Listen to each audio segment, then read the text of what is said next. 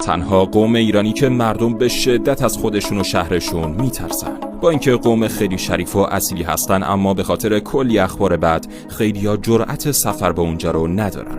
اما اگه واقعا به اونجا سفر کنید، میبینید که مهمون نوازترین مردم ایران مال اونجاست. تو این شهر نامردی جایی نداره و ناموس خط قرمزه. با اینکه تو فقر و کم امکاناتی زندگی میکنن، جزو خیرترین و دست و دلبازترین مردم ایران هستن. حتی اجازه ندادن هیچ خونه سالمندانی تو شهرشون ساخته بشه، چون معتقدن احترام به خانواده واجبه و سالمندا ریش سفیدان واقعی هن. این قوم مردم بلوچ هستن و استان سیستان و بلوچستان که شهرشون زادگاه یعقوب لیث بوده، کسی که به خاطرش زبان فارسی حفظ شده و اگه اونها نبودن شاید امروز زبان فارسی هم وجود نداشت. به افتخارشون یه قلب کامنت کنید و برای شنیدن دانستنیای جالب دنیا فور مدیا رو فالو کنید.